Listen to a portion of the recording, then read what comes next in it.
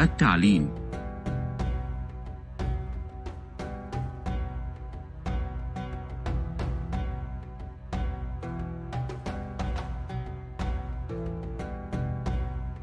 متى بدأت حياتك الدراسية؟ كان سني 6 سنوات آنذاك.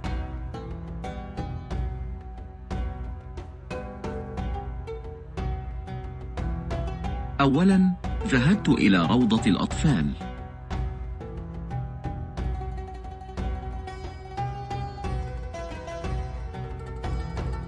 وبعد روضة الأطفال، ذهبت إلى المدرسة الابتدائية.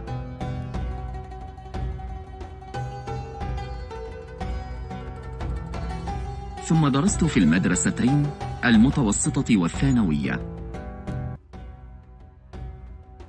ما هي الكليات في الجامعة؟ كلية الآداب،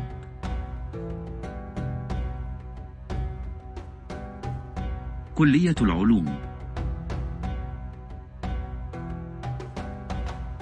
كلية التجارة، كلية الطب،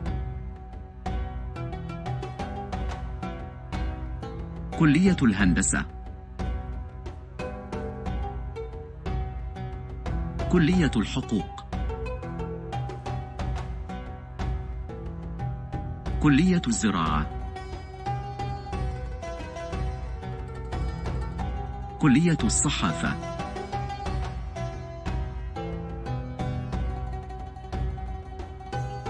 ما هي المعاهد في الجامعة؟ معهد العلوم الاقتصادية،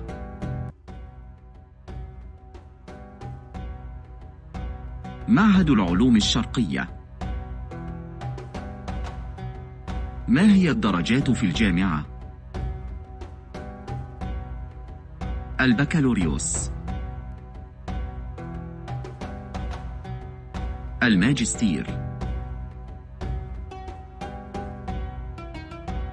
الدكتوراه،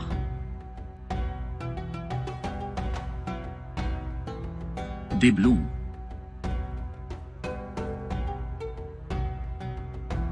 شهادة.